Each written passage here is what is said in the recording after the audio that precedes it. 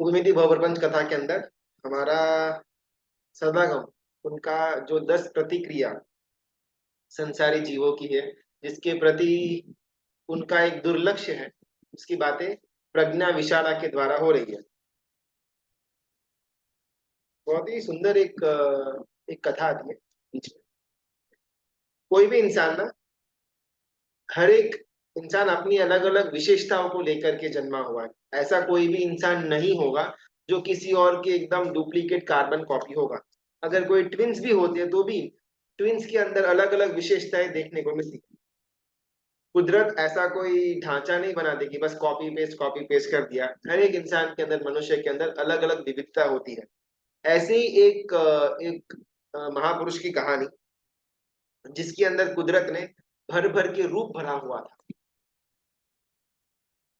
बहुत ही कम उम्र के अंदर शूरवीरता उनके अंदर आ चुकी थी। चक्रवर्ती का जीव था। माता के वो सुंदर स्वप्न से जागृत किया और कुक्षी में अवतरण हुआ। कालक्रम से इस चक्रवर्ती का जन्म हुआ। जन्म से ही अतिशय रूपवान इनका देह था, और ऊपर से इनको इतना ज्यादा मद था अपने रूप का कि यार मैं तो बहुत ज्यादा हैंडसम, मैं तो बहुत ज्यादा ब्यूटीफुल। और पूरे प्रजाजनों की वहां पर भीड़ लगती थी इनको देखने के लिए। और इनके मन में ऐसा ही था कि बस सारे के सारे कोयले की खान है और मैं अकेला मात्र हीरा हूँ। बाकी सब कुरूप है और मैं ही एक अकेला रूपवान। इतना ज्यादा मद इनके मन के अंदर था अपने खुद का रूप देखने के लिए। एक बार इंद्र महाराजा अपनी पर्षदा के अंदर, देवलोक के अंदर, इस चक्रवर्ती के गुणगान करते हैं कि ये तिरछा लोक में इस समय इस चक्रवर्ती जितना रूपवान और कोई भी नहीं। तो उनकी बात सुन करके दो देवों को हुआ कि अपन थोड़ा बहुत टेस्टिंग करके आते हैं। ब्राह्मण का वेश धारण करते हैं, और ये चक्रवर्ती जब स्नान कर रहे थे तो उनके स्नान कक्ष के अंदर ये दो ब्राह्मण एंट्री लेते हैं और बहुत ज्यादा प्रशंसा के फूल बांटना शुरू कर देते हैं कि बाप रे बाप, क्या जबरदस्त आपका तो रूप है। ऐसा तो हमने किधर भी नहीं देखा, ये नहीं देखा, वो नहीं देखा। जिस प्रकार सेलिब्रिटीज के घर के सामने सामान्य लोग लाइन लगाते हैं उनको देखने के लिए लाइव में, उसी प्रकार प्रजाजन ये चक्रवर्ती को देखने के लिए लाइन लगाते थे। उसमें से ये दो ब्राह्मण अपनी विद्या के द्वारा अंदर आ गए और राजाओं की वो चक्रवर्ती के ऊपर बहुत ज्यादा प्रशंसा करना शुरू कर दिया। चक्रवर्ती ऑलरेडी एक तो मद के अंदर था कि मैं बहुत ब्यूटीफुल, मैं बहुत हैंडसम। ऊपर से ऐसे ब्राह्मण उनको प्रशंसा करे, अति ज्यादा मद उत्पन्न हो गया। और वो मद में आकर के कहते कि इसमें क्या बड़ी बात है, अभी तो आपने मेरा एक्चुअल रूप देखा नहीं है। अभी तो मैं स्नान कर रहा हूँ, तो स्नान घर के अंदर बहुत ज्यादा आभूषण या वस्त्र तो होते नहीं है। अगर आपको मेरा असली वाला रूप देखना है तो 1-2 घंटे के बाद राज दरबार में पधारिए। उस समय मैं हर एक आभूषण और वस्त्र से सुसज्ज होऊंगा, और वो टाइम में आप मेरा रूप देखना। मैं आपको दावा करके बोलता हूँ कि आपका दिमाग काम नहीं करेगा, ऐसा मेरा रूप है। इतना ज्यादा रूप का अभिमान, मद ये चक्रवर्ती को था।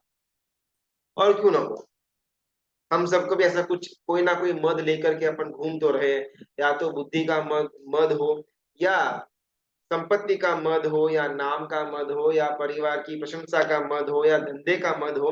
अपन भी कोई ना कोई ऐसा मद लेकर के घूमते हैं। और अगर सामने वाला गलती से भी हमारा मद वाली जो जो धारा है उसकी प्रशंसा कर दे, बस फिर तो अपने को वो व्यक्ति जान से भी प्यारा लगे कि हाँ, बराबर बोल रहा है। एग्जैक्टली ये स्थिति राजा की थी। राजा ये सोच नहीं पा रहा था कि जंगल के अंदर से अगर हाथी सर्कस के जेल के अंदर पैक होकर के नगर में आ जाता है तो भी लोगों की भीड़ उसको देखने को जाएगी। इसका मतलब ये नहीं कि वो हाथी बहुत रूपवान है, हाथी बहुत बलशाली है। बस कुतूहल वृत्ति से भी नगर के लोग वो सर्कस के जेल में रहा हुआ हाथी को देखने के लिए जाते हैं। ये सहज है। तो उसमें हाथी कोई अहंकार को प्राप्त नहीं करता कि लोग मुझे देखने आ रहे हैं। और यहाँ पर ये राजा, लोग उसको देखने के लिए आते थे, इसमें इसका अहंकार बढ़ता था। तो एक अपेक्षा से ये जो राजा था, वो तिर्यंच की जो मानसिकता थी उससे भी निचली कैटेगरी में बसा हुआ। स्नान का जो भी उनका कार्यक्रम था वो कार्यक्रम पूरा तो हो गया। फटाफट रेडी होकर के मस्त आभूषण वाभूषण वस्त्र वगैरह धारण करके गए राज दरबार के अंदर। और कुछ ही समय में वो दो ब्राह्मण एंट्री लेते हैं। जिन ब्राह्मणों ने वहां स्नान गृह के अंदर जाकर के उनके रूप की प्रशंसा करी हुई थी, वही ब्राह्मण यहाँ पर आते हैं इनकी प्रशंसा करने के लिए। लेकिन जैसे ही ये राजा, ये चक्रवर्ती का रूप देखा, ब्राह्मण कहते कि ओ हो, क्या है ये।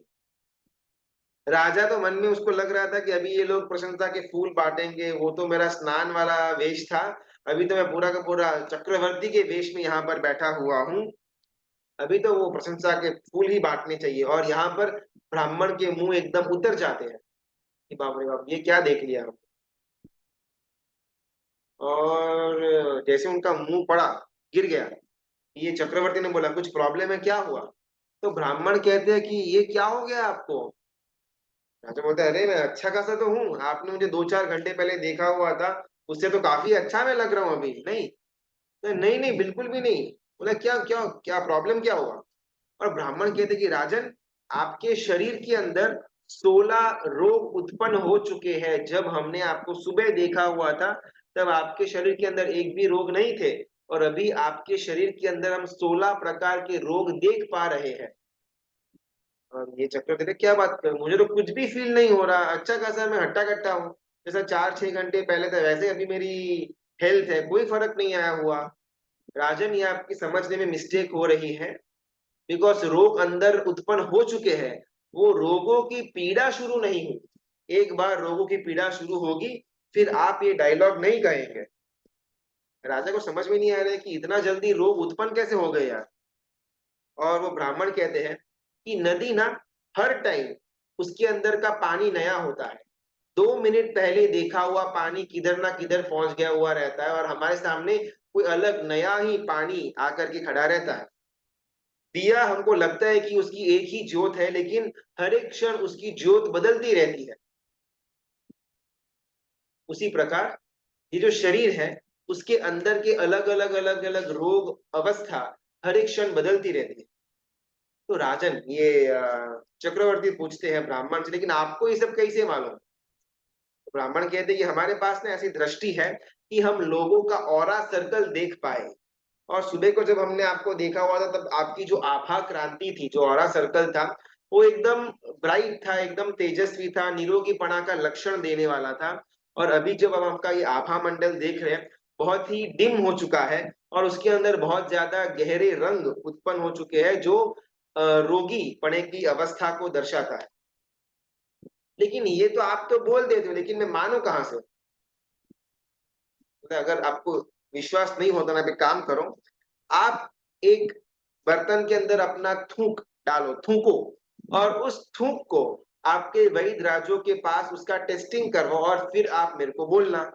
राजा को तो एकदम से इंटरेस्ट जागृत हो गया, मुंह में पान खा रहे थे राजन, ये चक्रवर्ती, और थूकदानी के अंदर पान के समेत उसको थूकते हैं, और अपने वैद राजों को बुलाते हैं कि इसमें टेस्टिंग करो, कुछ रोग हुआ है या नहीं। फटाफट वैद राज सब भागते हैं, उनके थूक से अलग अलग टेस्टिंग करते हैं, और वापिस राज दरबार में आकर के ये चक्रवर्ती को कहते हैं कि ये दो ब्राह्मण जो कह रहे हैं, वो 100% सच है।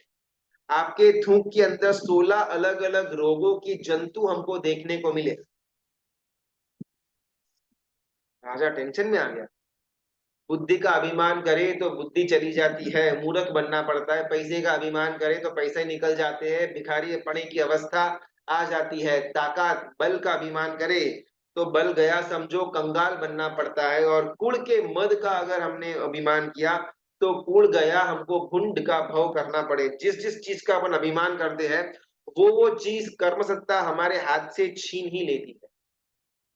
ये चक्रवर्ती को लगा कि यार मैं बहुत ज्यादा अपने रूप का एक एक मद, एक अभिमान करता था, तो शायद नियति ने मुझसे मेरा रूप छीन लिया। बिकॉज अभी अंदर रोग उत्पन्न हो चुके हैं, तो धीमे धीमे करके ये रोग पूरे बॉडी में व्याप्य हो जाएंगे, फिर ये सुंदरता, फिर ये ब्राइटनेस, ये तेज सब कुछ निकल जाएगा, और मैं एकदम रोगिष्ट एक पेशेंट बन जाऊंगा। लेकिन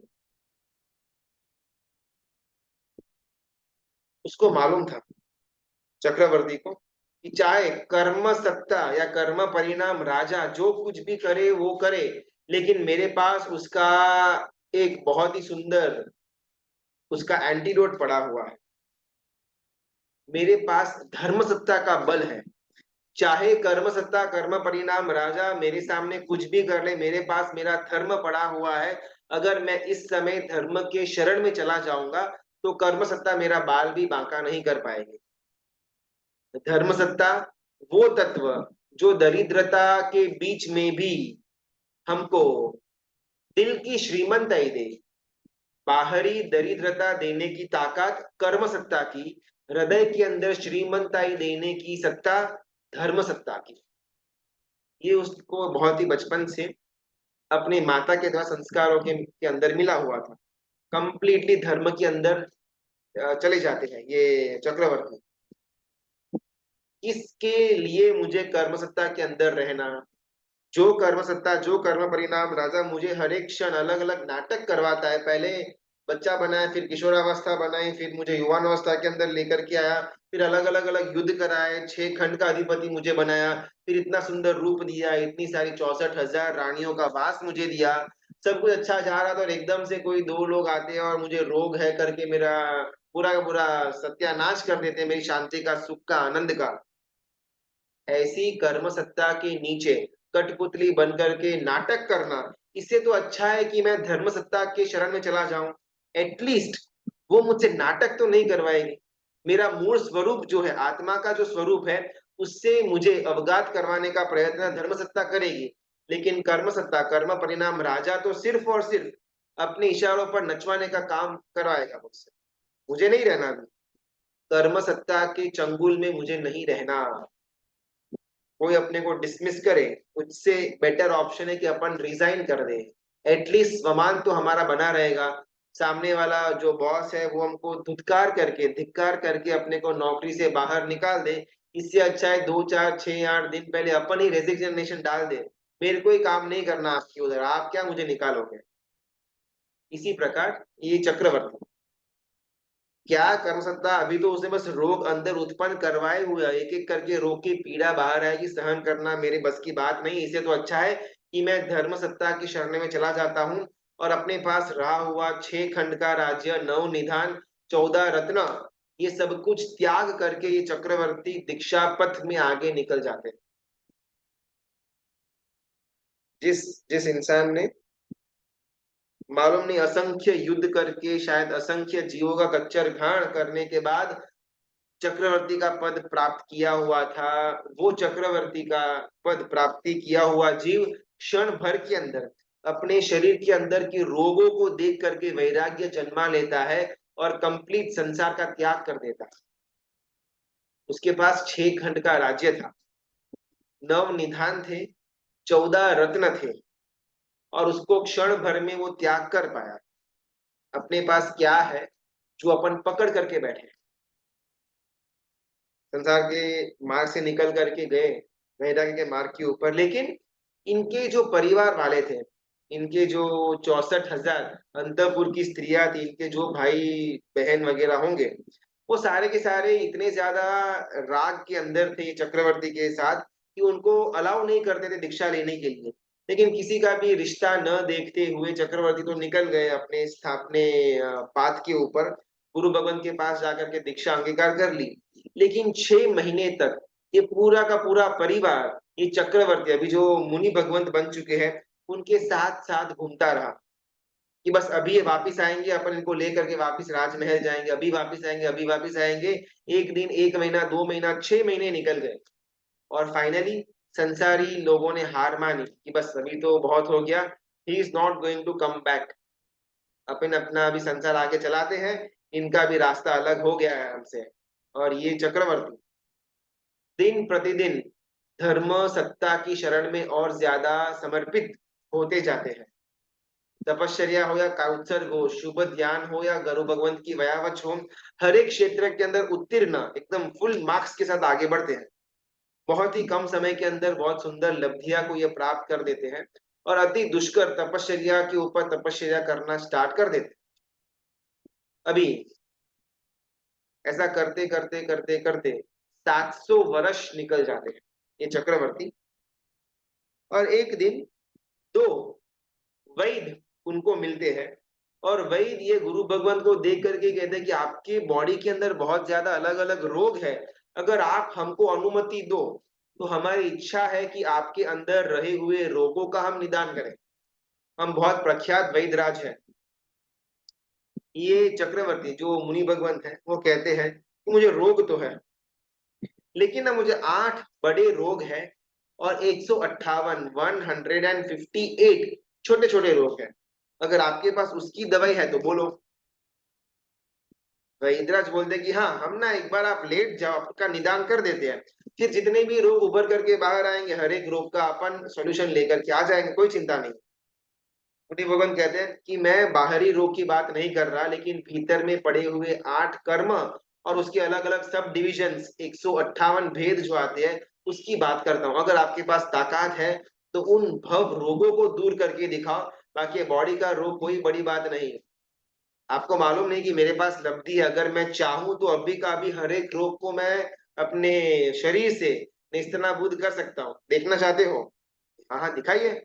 और राजन, अपनी उंगली जहां से कोढ़ वो स्किन इन्फेक्शन शुरू हुआ था, वो उंगली जस्ट थोड़ा सा अपना थूक उसके ऊपर लगाते हैं और पूरी की पूरी उंगली सुवर्ण के माफिक जगमगा जाती है।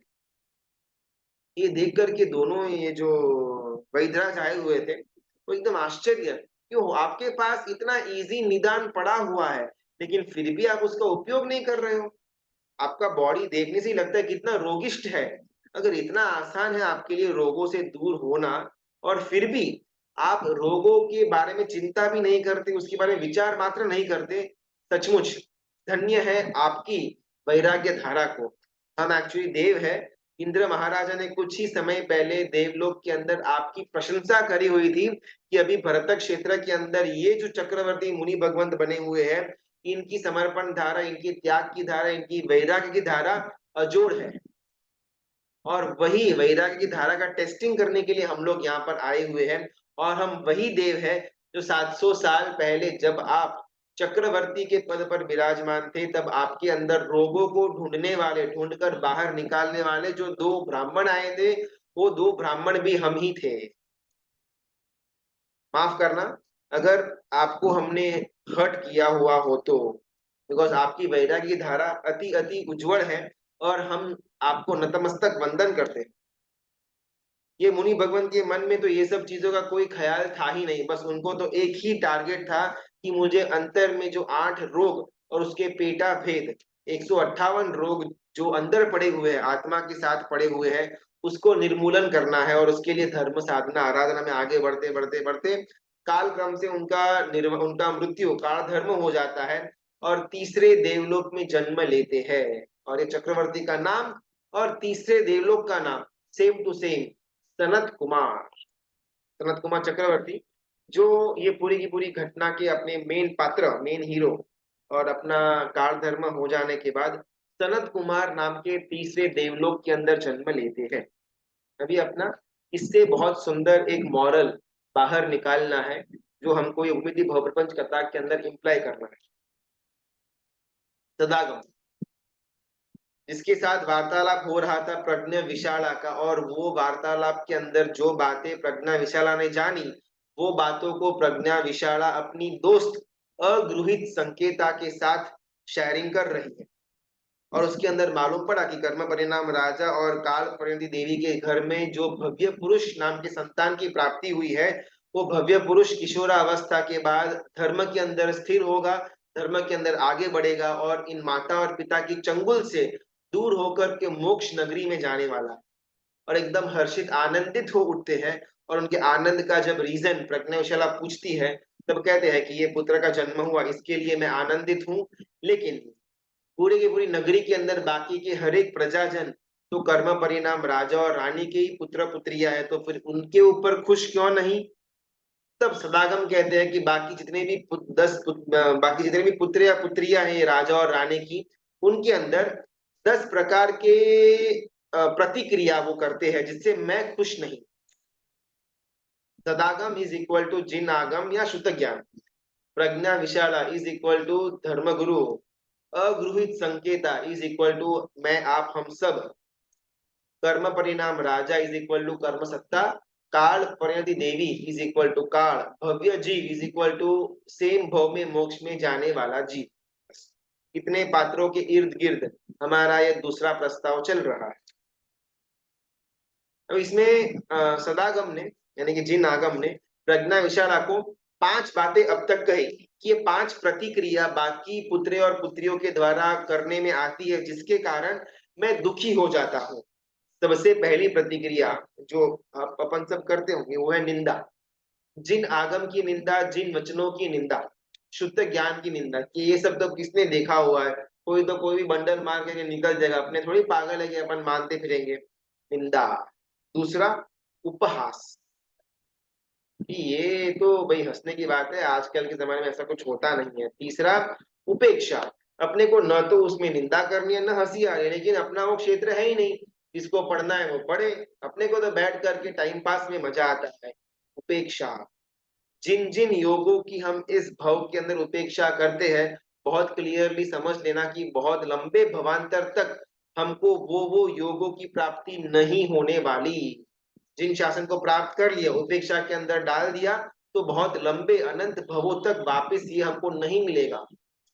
सदागम जिन आगम परमात्मा की वाणी हमको सुनने को मिली, उपेक्षा की, गए। तीसरा, उपेक्षा। चौथा, प्रतिक्रिया, बहाना, एक्सक्यूजेस। समझ में आ गया, माना, अच्छा लगा, सब कुछ बराबर है, लेकिन फॉलो करने की बात ही नहीं कि ये तो हमारी बस का ही नहीं है, हमारा बॉडी में ये प्रॉब्लम है, हमको टाइम का प्रॉब्लम है, ऑफिस का प्रॉब्लम है, घर का प्रॉब्लम है, ये तो अपन नहीं कर पाएंगे। एक्सक्यूजेस, एक्सक्यूजेस और सिर्फ एक्सक्यूजेस। ये अपना चौथी प्रतिक्रिया, चौथा प्रॉब्लम। और पांचवा, भय।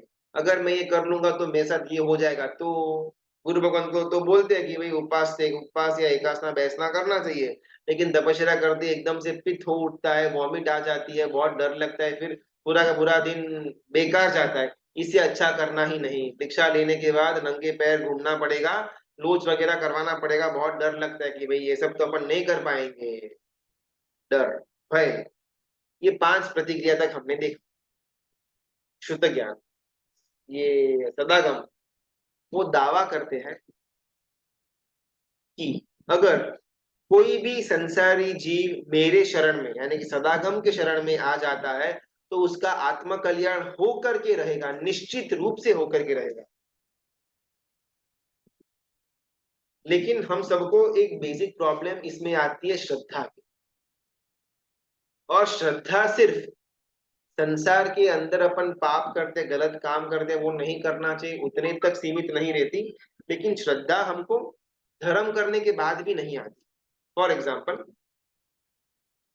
शत्रुंजय तीर्थाधिराज की यात्रा करने के ऊपर छठ करके 7 यात्रा करे तो 7वें या 8वें भव में मोक्ष हमको प्राप्ति होती है।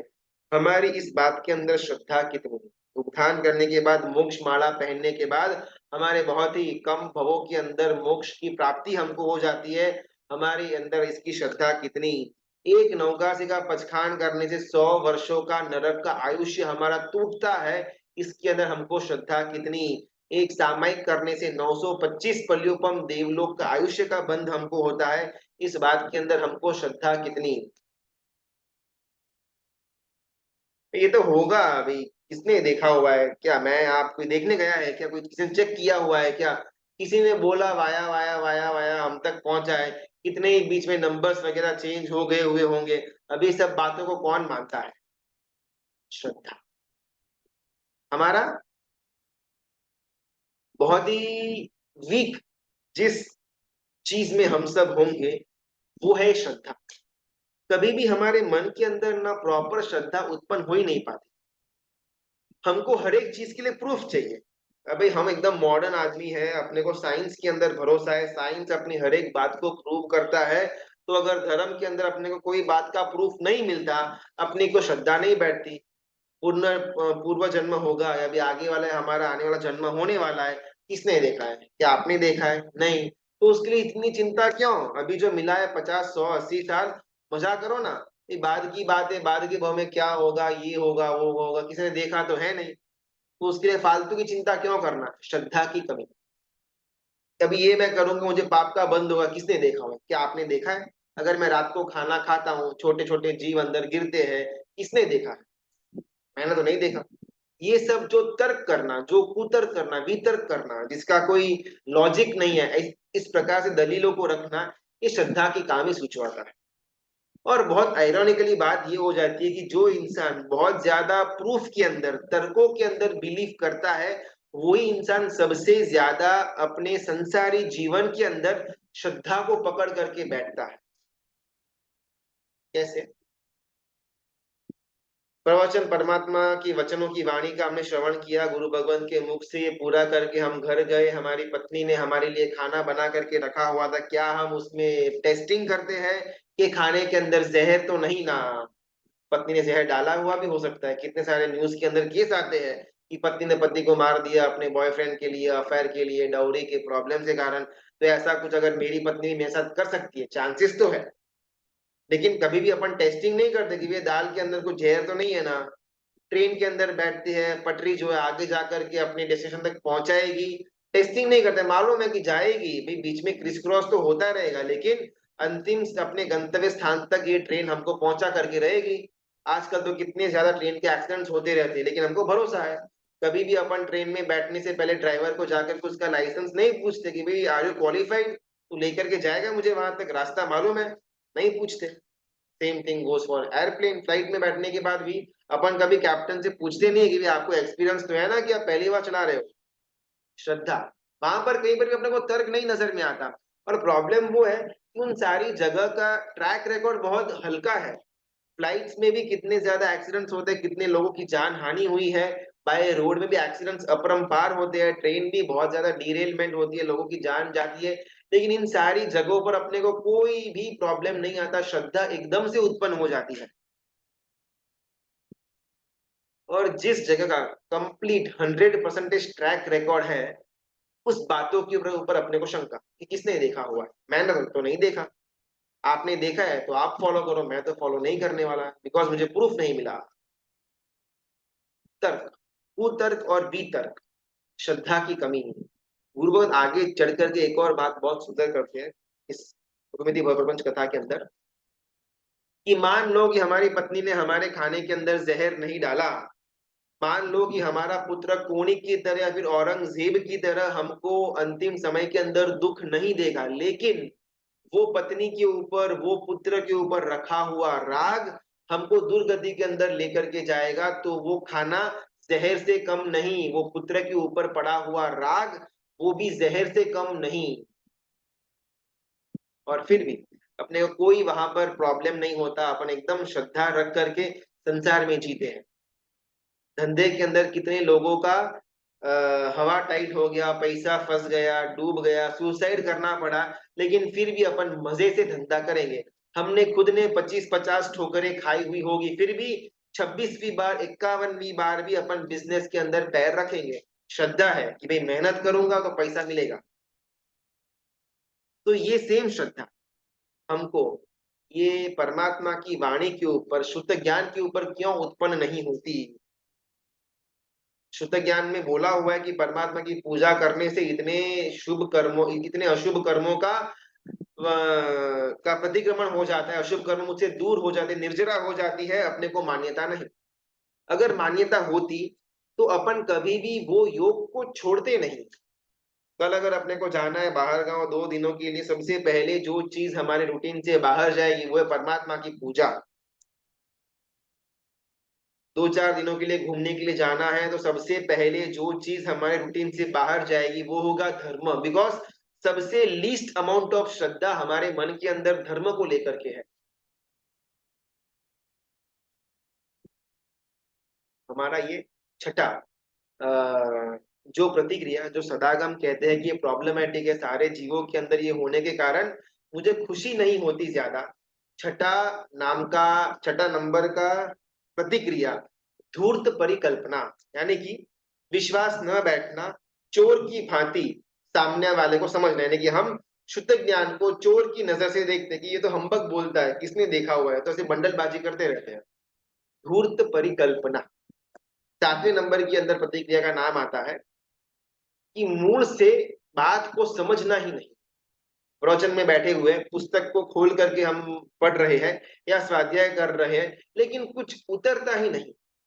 हम सबको बहुत ऐसा हो सकता है, कभी कभार कोई बहुत डिफिकल्ट ग्रंथ या कोई तत्व की बात लेकर के बैठते हैं ना, जीरो, कुछ समझ में नहीं आता, सब कुछ ऊपर से जाता है। लेकिन वही आदमी जब फिनेंस की बातें करता है, बिजनेस की बातें करता है, या पॉलिटिक्स की बातें करता है, या फिर घर के अंदर की गॉसिप की बातें करता है, अपार्टमेंट के अंदर की पंचायत करता है, एकदम उत्तीर्ण, उसमें दिमाग एकदम तेज चलता है।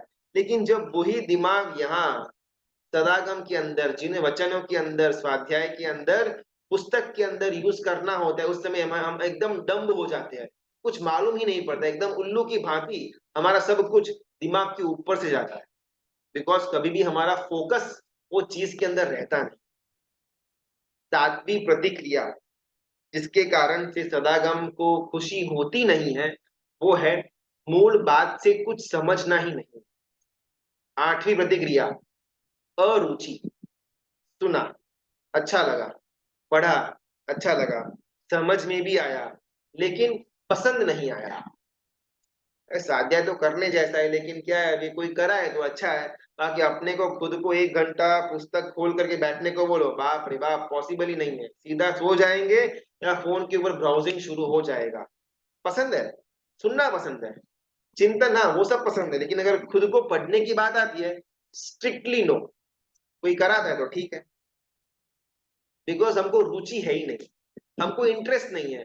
मालूम है या जानने में आया कि भाई ऐसा सुनेंगे तो अच्छा होगा, ऐसा अपना चिंतन करेंगे तो भवांतर के अंदर सुख मिलेगा, वो एक परिकल्पना हमने बांध करके रखी हुई है। बाकी हमारे अंदर रुचि बिल्कुल भी नहीं। जिस चीज को देख करके मुंह के अंदर पानी आ जाए उसका नाम रुचि।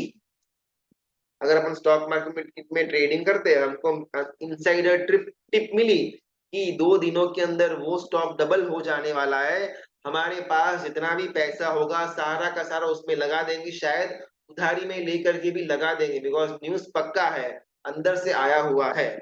ये रुचि, पूरी रात हम सो नहीं पाएंगे, कहाँ कहाँ से मैं कैश लिक्विड को वापस ले सकता हूँ और कितना शेयर में खरीद पाऊंगा, इसी के अंदर वो 2 दिन और 2 रात हमारी जाएगी।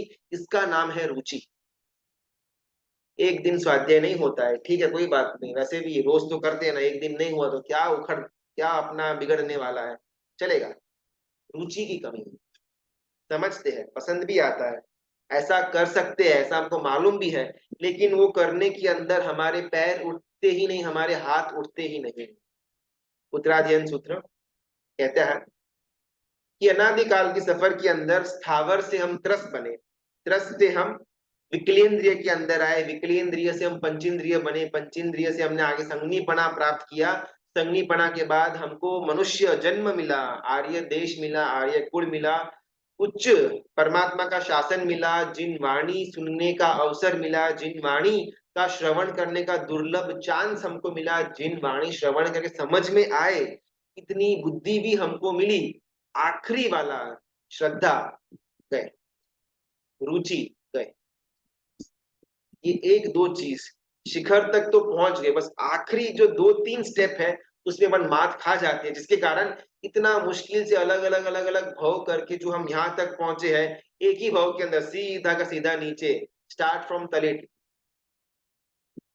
भगवती सूत्र के अंदर ना एक बहुत सुंदर घटना आती है, वीर परमात्मा का समोसरण की रचना हुई है अलग अलग देवों के द्वारा, बहुत सुंदर परमात्मा की बैठने का आसन वहां पर रखा हुआ है, पूरा का पूरा नगर आ चुका है परमात्मा की वाणी को सुनने के लिए, देशना पूरी होती है, सब अपने अपने घर पर जाते हैं, लेकिन एक राजकुमार जो वहां पर आया हुआ था, वो वापस जाने का नाम नहीं लेता, बस परमात्मा के चरणों में अपने आप को समर्पित कर दिया कि I will not go back, मुझे आपके साथ रहना है, मुझे आपके अंडर में दीक्षा लेनी है। तीर्थंकर परमात्मा वीर प्रभु केवल ज्ञानी थे, जानते थे कि उनका कैसा है, क्या है, भूत भविष्य वर्तमान। उन्होंने बोला कि माता पिता आपके घर पर अभी है, तो माता पिता को जाकर के बात करके आओ, उनकी सम्मति लेकर के आओ, मैं दीक्षा दे दूंगा। और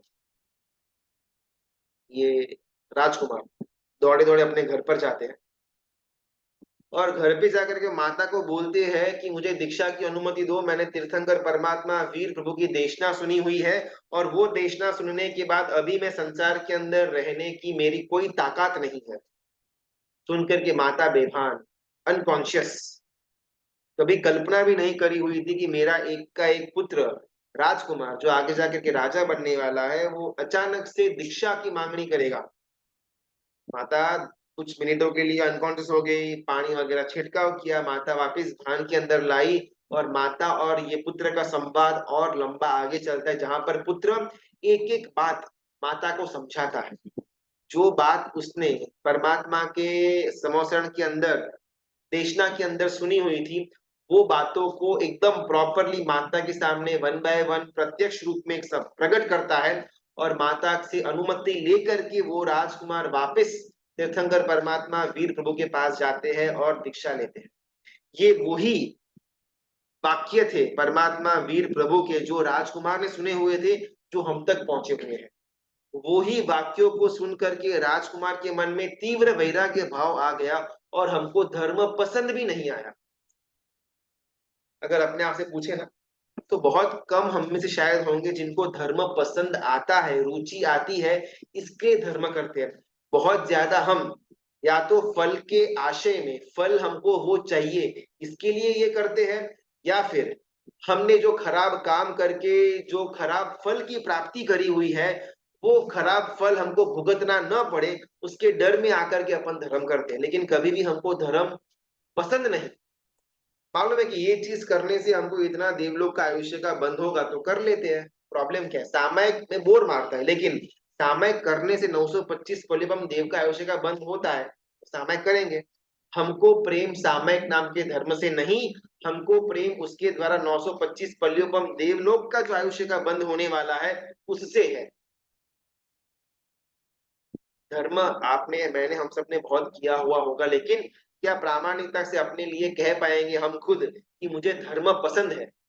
फल की आकांक्षा के बिना फल मिलेगा। मालूम है कि मैंने परमात्मा के अगर वचनों की कटिबद्धता पूर्वक अगर मैंने जीवन के अंदर उसका आरोपण किया हुआ है तो उसके द्वारा मुझे फल तो मिलेगा, उसमें मुझे कोई संदेह नहीं है।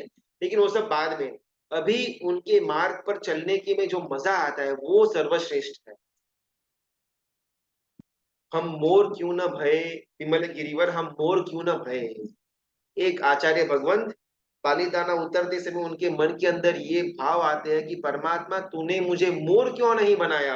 अगर मैं मोर बना हुआ होता तो पूरा का पूरा जीवन सुबह हो या रात हो मैं शत्रुंजय के पर्वत के ऊपर तेरे सामने नृत्य कर सकता। आज तूने मुझे मनुष्य बनाया तो न चाहते हुए भी संध्या से पहले मुझे नीचे उतरना पड़ रहा है। क्या सुंदर भाव। ये मनुष्य भव गया तेल लेने के लिए, ये दीक्षा आचार्य पद गया तेल लेने के लिए। अगर इसके बदले में मुझे मोर का भव मिले और विमल गिरिवर के ऊपर मुझे अपना जीवन व्यतीत करने का अवसर मिले तो इससे ज्यादा अच्छा मेरे लिए कुछ और हो ही नहीं सकता। हे तीर्थंकर परमात्मा अगर आपकी भक्ति करते करते मुझे वितरागता की अवस्था मिल जाती है तो वो भी मुझे नहीं चाहिए, बिकॉज वितरागता की अवस्था के अंदर वितरागता होगी लेकिन तीर्थंकर परमात्मा के चरण का स्पर्श नहीं होगा और मुझे वैसा भव नहीं चाहिए। ये धर्म करने करने का जो एक एक वे है वो धर्म ही हमको पसंद आ जाए। धर्म से जो फल मिलने वाला है वो तो बहुत बाद में, वो मिले न मिले कैसा मिले वो अपन बाद में देख लेंगे। लेकिन अभी जो परमात्मा की पूजा करने को मिली हुई है उसमें जो आनंद आता है बस अप्रतिम। स्वाध्याय के द्वारा जो एक एक तत्व जानने को मिलते उससे जो आनंद उत्पन्न होता है अप्रतिम। कायोत्सर्ग के अंदर जो मन शांत बैठता है और उसमें से जो आनंद उत्पन्न होता है एकदम A1। सामय के अंदर जो समता उत्पन्न हो जाती है, बाहर का कोई फोन नहीं, कोई टेंशन नहीं, कोई चिक चिक नहीं, बस पौने घंटा मैं और मेरा आत्मा, सुपर मजा आता है। ये कभी भी ना हमने फील नहीं किया हुआ। अपन भी ये सब धर्म तो करते होंगे, पूजा है, सामायिक है, चैत्य वंदन है, परमात्मा की वाणी का श्रवण है या स्वाध्याय है, वांचन है, अपन भी करते होंगे। लेकिन कभी भी इन इन योगों को हमने रुचि पूर्वक नहीं किया हुआ। कर लेते हैं, किसी ने बोला करने से अच्छा फल मिलेगा, लोग मुझे खींच करके लेकर के जाते हैं, नहीं करूंगा तो नाम बिगड़ जाएगा, समाज के अंदर इतना अच्छा नाम है और ये भाई तो रात को खाते ऐसा बोलने में आए तो भाई बहुत बुरा लगता है। धर्म के अंदर प्रवेश करने के लिए कोई भी रीजन हो सकता है, वो अलाउड है। लेकिन एक बार प्रवेश हो जाने के बाद कुछ समय के अंदर हमको रियलाइज हो कि ये बात सच्चा है। दुर्भाग्य ये है कि हम सबका धर्म के अंदर प्रवेश तो हो गया कोई लोभ के कारण, तो किसी ने मान के कारण, तो कोई अपने पाप कर्मों से छूटने के लिए, तो किसी ने का कोई फल की प्राप्ति के लिए धर्म के अंदर अपन आ तो गए, लेकिन धर्म कोई खासा रुचि हमको उत्पन्न नहीं। आठवां, रुचि, जो हमारे अंदर बहुत कम है। नौवीं प्रतिक्रिया, आचरण नहीं है, यानी कि समझ में आया, अच्छा लगा, करने जैसा है, लेकिन मैं नहीं कर पाऊंगा। यानी कि जो रुचि है ना, वो पहला आठवां नंबर के अंदर की जो रुचि की बात हो रही थी, वो व्यवहारिक रुचि की बात हो रही थी। ये 90 अंदर नंबर के अंदर निश्चय नहीं की रुचि नहीं, करते हैं, रोबोटिक रूप से कर लेते हैं, या कभी कभार करना अपन टाल देते हैं, बिकॉज अपने को उस चीज के अंदर मजा नहीं आता, अपने को उस चीज के अंदर परिवर्तन करने का कोई स्कोप नहीं लगता। लगभग 2 सवा 2 साल से अपन स्वाध्याय की धारा में यहाँ पर जुड़े हुए हैं। अपने आप से प्रश्न पूछने जैसा है कि 2 साल पहले मेरा जो वर्तन था, वाणी थी, विचार था, और आज जो मेरा वाणी है, वर्तन है, विचार है, क्या उसमें कोई फर्क आया हुआ है, शुभता वाला फर्क आया हुआ है? अगर ऐसा कुछ है तो ओके, नहीं 2 साल पहले भी अपन ऐसे ही थे, अपना विचार ऐसा ही था और आज भी वैसा ही है, तो हमने सिर्फ और सिर्फ इंटरनेट का डेटा वेस्ट किया, बाकी कोई लाभ हमको नहीं मिला। 10वें नंबर के अंदर आता है शिथिल्य। धर्म सुना, पसंद आया, समझ में आया, चिंतन मंथन किया, आचरण भी किया, बहुत उल्लास पूर्वक शुरुआत भी की, कुछ ही समय के अंदर पानी में बैठ गए, जो हम सब के साथ होता है। बहुत ही उत्साह पूर्वक मुझे भी 12 व्रत लेने हैं, मुझे भी 14 नियम लेने हैं, मुझे भी कर्मक्षय निमित्त 10 या 20 लोगों का कौशक करना है, मुझे भी रात्रि भोजन का त्याग करना है, परमात्मा की अष्टप्रकारिक पूजा करनी है, प्रतिदिन सामयिक करना है, इतना इतना स्वाध्याय करना है, ये ग्रंथ का पठन करना है। सुंदर, हम सबका अंदर से इच्छा होगी, और शायद अपन उसमें जुड़े हुए भी होंगे। 1 महीना तक हमने 14 नियम लिए हुए होंगे, 2 महीना तक, शायद मैक्सिमम 3 महीना तक, 4 महीना तक, बस फुल स्टॉप। उसके बाद वो योग कैसे गायब हो जाते हैं हमारे जीवन से, हमको ही मालूम नहीं पड़ता। एक दिन आता है, अरे हाँ वो 14 नियम कुछ तो अपने शुरू किया हुआ था, मालूम नहीं बीच में कब छूट गया। वो 10-10 लोगस कर्मक्षय के लिए गिनना तो था, लगभग 2 या 3 हफ्ता तो हमने गिना था, उसके बाद कब स्टॉप हुआ मालूम ही नहीं। शिथिल्य। बहुत सुंदर एक कथा आती है, त्रायस्त्रिंश नाम की देव होते हैं। जिस प्रकार हमने ना अलग अलग देवों की जाति देखी हुई थी, तिर्यक जुम्बक जाति के देव, किलबिशिक जाति के देव, सामान्य देव, महारिद्धिक देव, इंद्र देव, ये अलग अलग अलग स्टेटस है। जैसे हमारे यहाँ पर कोई साफ सफाई वाला कर्मचारी होता है, कोई प्यून होता है, कोई कलेक्टर होता है, कोई आईएएस ऑफिसर होता है, कोई सेक्रेटरी होता है सीएम का, तो कोई सीएम होता है, तो कोई पीएम होता है, ऐसे अलग अलग रैंकिंग है। उसी प्रकार देवलोक के अंदर भी अलग अलग अलग रैंकिंग होती है। कोई बहुत ही दरिद्रता वाला देव, जिसको बस साफ सफाई करते रहने का देवलोक के अंदर, और कुछ उसका काम नहीं, ऐसे भी देव होते हैं। तो ऐसा है, त्रायस्त्रिंश नाम की भी एक देव की जाति है, जो सिर्फ भवनपति के देवलोक के अंदर और व्यंतर के देवलोक के अंदर जन्म लेते हैं। जैसे नाम त्रायस्त्रिंश देव, इनकी कथा आती है कि एक नगर के अंदर 33 श्रावक थे। किसी गुरु भगवान के प्रवचन से बहुत ज्यादा प्रभावित हो गए ये 33 श्रावक, और इन्होंने नक्की किया कि अभी हर चतुर्दशी को अपने को पोषित करना और उपवास करना, बिकॉज गुरु भगवान से मालूम पड़ा कि ज्यादातर हमारे आयुष्य कर्म का बंध 14 की तिथि के दिन होता है, और अगर वो दिन हम धर्म की आराधना में गुजारे तो उससे हमारा आने वाला भव और भवांतर सुधर सकते हैं, सदगति मिल सकती है। विश्वास बैठा, सबको मजा भी आया। 33 के 33 लोगों ने नियम लिया कि अभी एवरी 14 को अपन एक दूसरे को मैसेज करेंगे, अपन एक ग्रुप फॉर्म करेंगे, और 33 के 33 जने 14 के दिन पोषण करेंगे, उपवास करेंगे। 1 महीना, 2 महीना, 3 महीना, 6 महीना, साल भर चला। फिर एक 14 ऐसी आई जब लग्न भी एक तरफ था और 14 भी उसी दिन आई, पोषण भी उसी दिन करना था। और एक आदमी ने सोचा, यार लग्न में तो जाना पड़ेगा, अभी 14 में तो हर टाइम अपन पोषण करते, एक आधा दिन नहीं करेंगे चल जाएगा। वो एक 14 में जो छोटा सा ब्रेक आया, उसके बाद कभी भी वो रिस्टार्ट हो ही नहीं पाया। और ये घटना 33 के 33 श्रावकों के साथ हुई, ये सत्य घटना है। और जब उनका आयुष्य का वो टाइम पूरा हुआ, जब वहां से उनका मृत्यु हुआ, तो ये 33 के 33 देव त्रायस्त्रिंश नाम की देवगति के अंदर जन्म लेते हैं, जो भवनपति और व्यंतर देवलोक के अंदर होती है। त्रायस्त्रिंश यानी कि 33 ये देवों की संख्या सिर्फ 33 ही रहती है, और ये इस प्रकार के देव है जो अपने पूर्व भव के अंदर या तो श्रावक थे या श्राविका या साधु या साध्वी जी भगवान थे, जिन्होंने बहुत उल्लास पूर्वक धर्म के अंदर प्रवेश किया हुआ था, लेकिन जितना स्पीड में प्रवेश किया हुआ था उससे डबल स्पीड में वही धर्म से एग्जिट ले लिया, शिथिल लिया। अगर कोई श्रावक है जिसने सम्यक्त्व को प्राप्त किया हुआ है, भले क्षण भर के लिए भी क्यों न हो, और अपना पूरा का पूरा जीवन परमात्मा की आज्ञा के अंदर पालने का विचार किया और उसका चिंतन मंथन किया, पुरुषार्थ किया, ऐसे श्रावक को वैमानिक देवलोक से नीचे की कोई गति मिल ही नहीं सकती। श्रावक की बात हो रही है, साधु साध्वी जी भगवान की नहीं। एक श्रावक तो छोटा मोटा देश रीति का एक आधा दो काम करता होगा, तो शाम है क्या पौषद, बस ज्यादा तो कुछ कर नहीं पाएगा।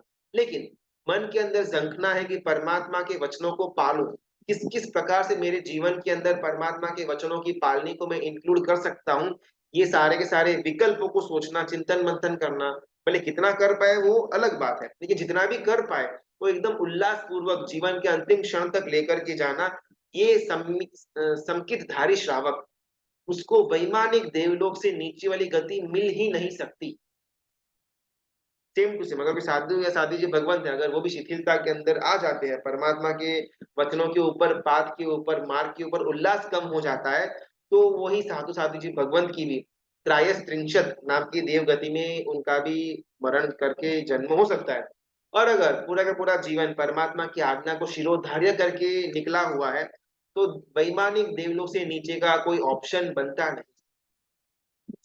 ये 10 प्रतिक्रिया, 10 हमारे रिएक्शंस, जिसके द्वारा सदागम इज नॉट हैप्पी, और वो अपना दुख, अपना अंतर का दर्द प्रज्ञा विशाला को व्यक्त करते हैं, और वो प्रज्ञा विशाला अपनी फ्रेंड अग्रहित संकेता को समझाती है। इन अदर टर्म्स, ये 10 प्रतिक्रिया शुद्ध ज्ञान हमको समझाता है, शुद्ध ज्ञान सदगुरु भगवंत को समझाते हैं कि ये चीजों में लैकिंग है संसारी जीव, और वो सदगुरु भगवंत इस पुस्तक के माध्यम से मुझे, आप, हम सब तक अगुहित संकेता के अंदर जो जिसकी गिनती हुई है, ऐसे हम सबको ये 10 हमारे फॉल्स शॉर्ट कमिंग्स समझाते हैं कि अगर ये चीजों के अंदर थोड़ा बहुत सेटलमेंट हो जाता है तो सदागम वो हर्षित होगा। जैसे ये बातचीत हो रही है प्रज्ञा विशाला और ये अग्रुहित संकेता के बीच में, तो अग्रुहित संकेता के मन के अंदर सदागम नाम की जो एंटिटी है उसके लिए एकदम ज्यादा रोमांच उत्पन्न होता है, रहस्य उत्पन्न होता है।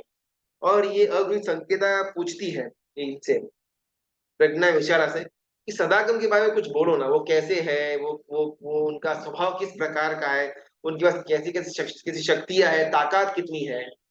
और ये प्रज्ञा विशाला कहती है कि ये जो सदागम है ना, वो परम शक्तिशाली व्यक्ति है, कर्म परिणाम राजा के चंगुल से अगर कोई निकल करके सदागम के शरणभूत स्वीकार कर लेता है, तो वो जीव का, वो व्यक्ति का कर्म परिणाम राजा बाल भी बांका नहीं कर सकता, इतनी ताकत सदागम के अंदर है। ये अपने चक्रवर्ती सनत कुमार चक्रवर्ती, कर्म सत्ता ने उनको रोग अलग अलग उत्पन्न किए शरीर के अंदर, लेकिन मन में उनके ये एकदम क्लियर था कि अगर मैं धर्म से शरणभूत हो जाता हूं, ये कर्म मेरा कुछ भी नहीं बिगाड़ पाएगा। इतनी ताकत ये सदागम के अंदर है कि एक बार इनके शरण में चले जाते हैं, फिर भवांतर तक भी कर्म परिणाम राजा हमको दुख नहीं दे पाएगा। लेकिन कुछ कुछ शर्तें आती है सदागम की, वो क्या क्या शर्तें हैं ये सब अपन आगे आने वाले क्लास के अंदर देखने का प्रयत्न करेंगे। अगर कुछ प्रश्न तो फटाफट अपन देख लेते हैं। ये देवलोक से जो देव टेस्टिंग करने आते हैं, क्या उनको भी पाप लगता है? एग्जाम्पल भाई साहब इनको भी टेस्ट करने आए थे। देखो, अपने को ना थोड़ा अपने सोचते हैं कि अगर उनको पाप लगे या नहीं लगे, अपने को क्या, अपन तो ऐसा देव बनने के बाद अपने को उस समय अवधि ज्ञान हो जाएगा, उस समय अपन ये सब बातें कर सकते हैं ना। अभी हमारे धर्म करने के मार्ग में ये बाधा रूप नहीं बनने वाला। अपने को इस प्रश्न का उत्तर मिले या न मिले, इससे हमारे जीवन के अंदर किसी भी प्रकार का परिवर्तन नहीं आने वाला। हमें समझना है कि ज्ञान ना अगाध है, सागर जितना है। शायद हमारा जो छोटा सा सत्व है, छोटा सा पुरुषार्थ है, छोटा सा जीवन है, इसके अंदर शायद अपन सारे ज्ञान को प्राप्त न भी कर पाए। तो बहुत चुन चुन करके उन उन ज्ञान को प्राप्त करना जिसके द्वारा हमारा यह भव के अंदर हम धर्म आराधना में जुड़ सके। ऐसे कोई प्रश्न, ऐसे कोई बाहर की बात है जिससे हमारा कोई फर्क पड़ने वाला है नहीं। ये सनत कुमार चक्रवर्ती की कथा कई करोड़ों साल पहले हो गई। वो देव उनका टेस्टिंग करने आए थे, या वीर परमात्मा को टेस्टिंग करने के लिए कुछ देव आए हुए थे। उनको पाप का पाप कर्म लगा या नहीं लगा, इससे मुझे क्या। बिकॉज मैं कभी भी इस भव के अंदर किसी भी तीर्थंकर परमात्मा का टेस्टिंग नहीं ही करने वाला। शायद इसमें मरने के बाद देव बन जाऊं और कहीं और जाकर के टेस्टिंग करूं, उस समय तो मेरे पास अवधि ज्ञान होगा, मैं उसका उत्तर प्राप्त कर लेगा। अभी इस उत्तर से मुझे कोई फर्क नहीं पड़ने वाला, लेकिन फिर भी इसका अपन उत्तर दे देते हैं। लेकिन ट्राई करना कि ऐसे प्रश्न हमारे अंदर उत्पन्न हो जिससे हमारा इस भव का जो धर्म आराधना है, इस भव का जो लिमिटेड टाइम है, उसके अंदर कुछ कंस्ट्रक्टिव चीजें कर पाए। कोई ऐसे हाइपोथेटिकल चीजों के अंदर अपन डिबेट में उतर जाए, उसके चिंतन में उतर जाए, जिसके आंसर प्राप्त करने के द्वारा हमारे अंदर कोई भी परिवर्तन का स्कोप नहीं है। ऐसी चीजों के अंदर समय व्यर्थ न करे, वो बेटर है। कमिंग बैक टू द प्रश्न, वो देव को पाप का बंध हुआ होगा या फिर नहीं हुआ होगा। वीर परमात्मा के जीवन काल के अंदर स्टार्टिंग में जब वो बाल्य अवस्था के अंदर थे, आमला की क्रीड़ा करते के टाइम एक देव उनका टेस्टिंग करने के लिए आते, बहुत विकराल स्वरूप उत्पन्न कर देते हैं और छोटे से बाल वर्धमान कुमार को खभे के ऊपर बिठा करके बहुत जबरदस्त ऊपर लेकर के जाते हैं। और ये वर्धमान कुमार के अंदर बिल्कुल भी भय नहीं होता, जोर से इनकी मुष्टि के ऊपर प्रहार करता है और फुस होकर के वो देव एकदम छोटा सा स्वरूप कर देते हैं। और उस समय ये देव, इस देव ने वर्धमान कुमार को महावीर नाम दिया हुआ था, क्या वीरों के वीर महावीर है। ये देव ना अंतिम में शरण में आ गया था, परमात्मा की शरण में, और जो भी उसने ये प्रपंच किया हुआ था उसकी तहे दिल से माफी मांगता है कि बस मुझे माफ कर दीजिए, मेरा ये बिल्कुल भी भाव नहीं था कि मैं आपको दुख पहुंचाऊं। बस मुझे तो मेरी जिज्ञासा को संतोष देना था, इसके लिए मैंने ये विकराल स्वरूप किया हुआ था। बाकी आपको दुख देना, आपको प्रॉब्लम्स क्रिएट करना, ये मेरा आशय बिल्कुल भी नहीं था। तो ये जो उसने अपने आशय की शुद्धि कर ली वो देव ने, इससे पाप का बंध नहीं जितना हो जाता। लेकिन अगर कोई देव जो जिसने वो पूरी रात्रि के अंदर 20 उपसर्ग परमात्मा वीर प्रभु को करवाया, देव का नाम कुछ एग्जैक्टली याद तो नहीं आता, वो देव एक रात्रि के अंदर लगभग 20 महा उपसर्ग तीर्थंकर परमात्मा वीर प्रभु को करते हैं। जस्ट बिकॉज पूर्व जन्म का वैर था इस वीर परमात्मा के जीव के साथ, और वो वैर में आकर के उनको दुख देने के लिए आया। वो टेस्टिंग नहीं करना था, रितसर का परमात्मा को दुख दिया, तो वो अनंत भव भ्रमणा संसार के अंदर उसकी बढ़ा देता है, तो वो उसका पाप का कर्म बंद हो गया। हम ये कहते हैं कि हम कितने भाग्यशाली है कि हमें जैन धर्म मिला। हम जैन हैं, हमारा कुल बहुत अच्छा है, ऐसा सोचना भी कुल मद कहलाएगा। बहुत सुंदर प्रश्न। देखो, बहुत बार ना जब कोई मुमुक्षु आत्मा, मुमुक्षु जी जब संयम के पथ पर आगे निकलते हैं, तब जनरली उनकी संयम की जो जो प्रोग्राम्स या जो डिटेल्स है उसकी एक पत्रिका बनती है। और अगर नोट किया हुआ होगा ना, तो पत्रिका में नीचे लिखते हैं कि हमारे परिवार से ये जीवों ने भी दीक्षा ली हुई है। ये मुमुक्षु के संसारी मामा, ये उनकी संसारी मामी का नाम, अभी जो साध्वी जी भगवंत बन चुके हैं उनका ऐसा 2 4 6 8 नाम वहां पर ऐड कर देते हैं। तो अगर देखने जाए ना इस लॉजिक से, वो भी एक प्रकार का मद है कि भाई हमारे कुल से ये मुमुक्षु के साथ साथ और भी 5 या 6 आत्माओं ने दीक्षा ली हुई है, और हमारा कुल ये है, हमारे दादा दादा परदादा का नाम ये था, उनका फर्म ये था, और उन्हीं की छत्र छाया के अंदर इतने लोगों ने दीक्षा ली। ये भी वन काइंड ऑफ कुल का मद कहलाएगा, अगर अपने इसको भी कुल का मद मानेंगे तो। और वो मरीचि ने जो कुल का मद किया होता उसमें कुछ ज्यादा फर्क नहीं, उसको भी यही मद था कि भाई मेरे दादा प्रथम तीर्थंकर, मेरे पिता प्रथम चक्रवर्ती, और मैं प्रथम वासुदेव बनने वाला हूँ। तो ये भी एक प्रकार का वो एक बहुमान्य अहोभाव ही था। इस प्रकार आज की वो पत्रिका के अंदर होता है कि हमारे मामा फलाने फलाने साधु भगवान, हमारे फूफा फलाने फलाने साधु भगवान, तो ये भी कुल मद कहलाएगा। लेकिन बहुत पतली सी भेद रेखा आती है कुल मद के अंदर और अहोभाव के अंदर। अगर हमको जैन धर्म मिला, ऐसा एकदम उत्तम धर्म है, सर्वश्रेष्ठ है, आर्य कुल है, आर्य देश, सब कुछ हमारा बेस्ट बेस्ट बेस्ट है, अगर हमको इसका अहोभाव होता है तो कोई प्रॉब्लम नहीं, अगर हमको इसका मद होता है तो प्रॉब्लमेटिक है। कैसे? अगर मैं जैन हूं, कोई और जाति का है, चाहे वो अजैन जाति का हो या फिर निचली जाति का हो, वो इंसान को देख करके मुझे मन के अंदर अभिमान होना है, अरे ये तो तुच्छ आदमी है, अरे ये तो ये फलाना धर्म को मानने वाला है, ये लोग तो एकदम इलॉजिकल बातें करते रहते हैं, मेरे पास सच्चा ज्ञान मिला हुआ है, ये लोग को तो बात करना इनसे बेकार है, इसको तो छूना भी नहीं, टच भी नहीं करना है, ऐसा अपने आप को, अपन ऊपर है वो लोग नीचे है, ऐसा अगर मन में उत्पन्न होता है तो वो कुल मद है। लेकिन दूसरा, अहोभाव, इतने अनंत भव भ्रमणा जो मैंने संसार के अंदर की हुई है, इतनी भव भ्रमणा करने के बाद मुझे आज ये परमात्मा का शासन मिला, और ये परमात्मा का शासन जो मुझे आज मिला हुआ है अनंत भव भ्रमणा के बाद, वो अनंत भवों के अंदर भी मैंने भी कोई छोटा मोटा अलग अलग धर्म की सेवना करी हुई होगी, मैं भी शायद हिंदू बना हुआ होगा, मुस्लिम या क्रिश्चियन, या वो समय के अंदर जो भी अधर्म चल रहा हुआ होगा, वो धर्म के अंदर मैंने भी जन्म लिया हुआ होगा, और उसी धर्म से छोटा छोटा मेरा पुण्य मैंने इकट्ठा किया, और तब आज मुझे ये परमात्मा का शासन मिला। तो बाकी के धर्म नीचे है, वो वेस्ट है, ऐसा नहीं, लेकिन आज मुझे जो मिला हुआ है वैसा मुझे बहुत सारे अनंत भवों में पहली बार मिला हुआ है, अभी इससे मुझे एनकैश करना है। ये अगर हमारा भाव है उत्तमता का तो कोई प्रॉब्लम नहीं, लेकिन सामने वाले को नीचे दिखाने के लिए अगर हम अपनी मद, अपना अपना जैन शासन का अपने को अभिमान हो, वो कुल मद के अंदर आ जाएगा। यदि शरीर निरोगी हो तो मुनि सनत कुमार शायद और ज्यादा धर्म क्रिया करके मोक्ष की ओर निकट या मोक्ष को भी प्राप्त कर सकते थे ना, तो सनत कुमार मुनि ये अपने लब्धि से खुद का शरीर निरोगी क्यों नहीं किया? बहुत सुंदर प्रश्न है। अगर खुद का रोग था उसको अगर प्रॉपर कर दिया हुआ होता तो शायद लंबे समय तक टिक पाते। ऐसा अपने को प्रश्न अपने जीवन में भी हो सकता है। लेकिन ये ना सनत कुमार थे, चक्रवर्ती थे पहले, और फिर मुनि के वेश में उनका परिवर्तन हुआ।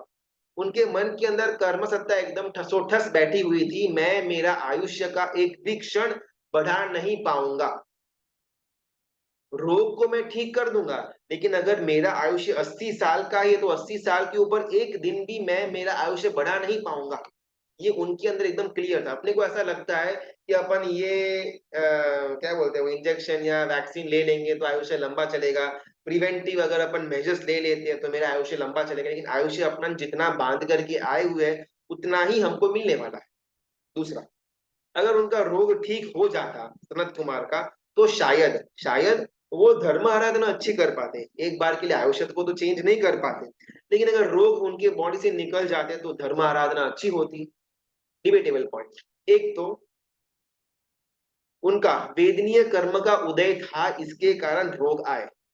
अभी इस अवस्था के अंदर उनके पास शक्ति भी है, समझ भी है, वो रोगों को सहन करने की समता पूर्वक, जिसके अंदर सहन करने से रोगों का उत्पन्न करने के पीछे का कारण जो वेदनीय कर्म था वो निर्जरा प्राप्त करेगा। अगर अभी मैंने मेरे वेदनीय कर्म की निर्जरा नहीं की, उसको शांत कर दिया, रोगों को शांत कर दिया, तो कर्म का उदय मैंने अस्त कर दिया, अभी भी कर्म का उदय मेरी परंपरा के अंदर पड़ा हुआ है, शायद 2 4 6 8 भवों के बाद वो कर्म उदय में आएगा। अगर उस समय मैं किसी तिर्यंच के अंदर या मनुष्य के अंदर भी लेकिन ये समझ नहीं परमात्मा के शासन की, तो वो वेदनीय कर्म का उदय मुझे जो भयंकर रोग देगा उसके अंदर मैं समता नहीं ग्रहण कर पाऊंगा। एक तो रोग का उदय है, वेदनीय कर्म का उदय है, रोग हुआ, रोग के अंदर मेरा मन आर्त ध्यान के अंदर डूब गया, नए कर्म बंध चालू हो जाएंगे। मुश्किल से एक आधा कर्म का उदय हुआ, उसको निर्जरा करने का प्रयत्न कर रहा हूँ, और उसके साथ साथ 4 नए कर्म का मैंने बंद कर दिया, तो वो तो बहुत डिफिकल्ट हो जाएगा। तो अभी मेरे पास समझ है, शक्ति है, सत्व है, तो मैं सामने से वेदनीय कर्म को बुलाऊं, अभी उदय में आ और अभी एक बार निकल जा, बाद में कोई और भाव में आकर के टेंशन नहीं देने। ये शायद उनकी विचारधारा होगी जिसके कारण उनको शरीर के प्रति कोई ममत्व न रहा और बस आत्मा के ज्ञान के अंदर लीन होने का प्रयत्न किया। What is antidote for a shortcoming, श्रद्धा और शिथिलता? बहुत सुंदर प्रश्न है, क्योंकि हमारे अंदर भी ये सब है भाई, श्रद्धा का कमी, शिथिलता वगैरह सब कुछ है, लेकिन इसको ओवरकम कैसे करना, यही बात अपनी अगले सेशन के अंदर ये प्रज्ञा विशाला करती है, जिसको अपन डिटेल में जानने का प्रयत्न करेंगे। हाँ, मेघमाणी देव, मेघमाणी देव या संगम देव, संगम देव, हाँ ओके, वही देव ने वीर परमात्मा को एक रात्रि के अंदर 20 महाउपसर्ग किए हुए थे। क्या समय भी हो गया। वितराग की आज्ञा विरुद्ध कुछ भी बोला हुआ हो तो मिच्छामि दुक्कडम। सबका बहुत बहुत धन्यवाद। थोड़ा बहुत अपने अंदर के भी ये जो 10 प्रतिक्रिया होती है शुद्ध ज्ञान को लेकर के, परमात्मा के शासन को लेकर के, धर्म को लेकर के, वो थोड़ी बहुत हमारी शांत बैठे और अपन कंप्लीटली समर्पित होकर के परमात्मा के शासन में आगे बढ़ पाए, ऐसी हम सब पुरुषार्थ करें। सबका बहुत बहुत धन्यवाद। प्रणाम।